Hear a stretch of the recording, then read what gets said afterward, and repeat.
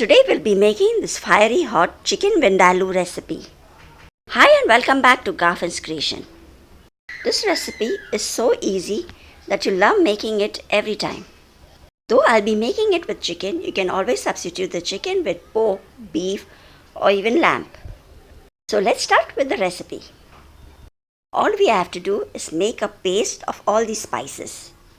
For this recipe, I have taken 9 to 10 Kashmiri Red Chillies. That is going to give a good color to this dish. Along with that, I have taken these 3 spicy chilies, which is going to add the heat to the dish. Take around 10 to 12 cloves of garlic, 1 plus quarter teaspoon of cumin or jeera seeds, 3/4 teaspoon of haldi or turmeric powder, and 1 inch of ginger. To grind this into a fine paste, I'll be putting it into a blender and be adding quarter cup of vinegar.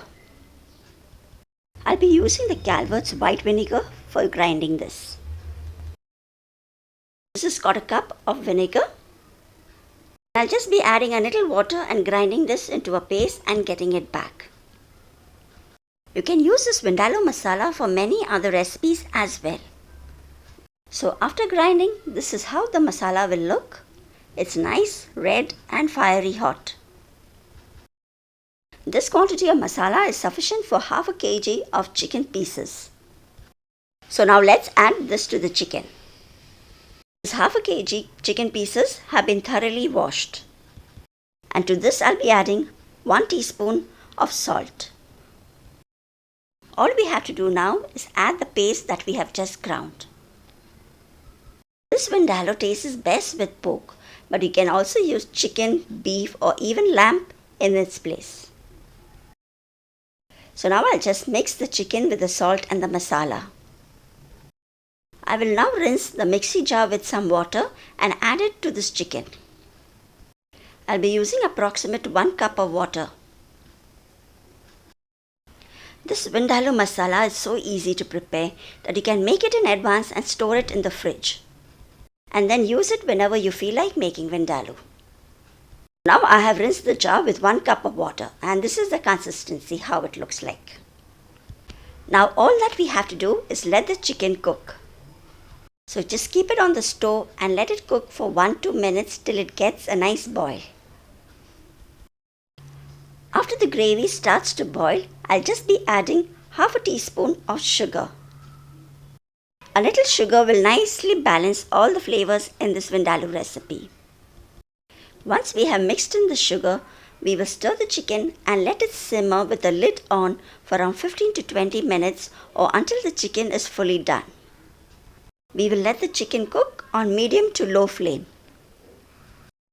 Different people make the vindaloo recipe in a different way, but I hope you like this simple vindaloo recipe that I've shared today.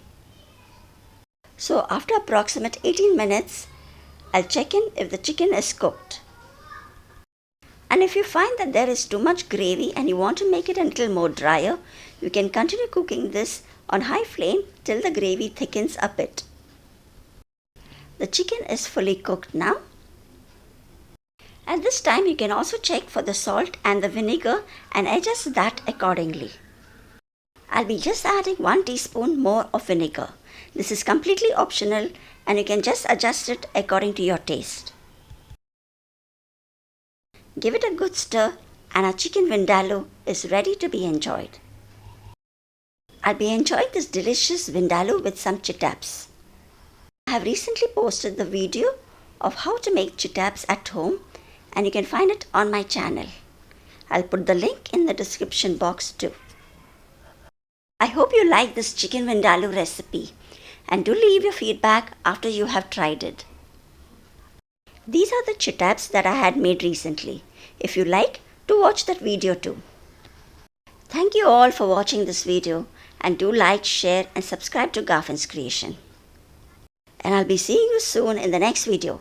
Till then, bye bye.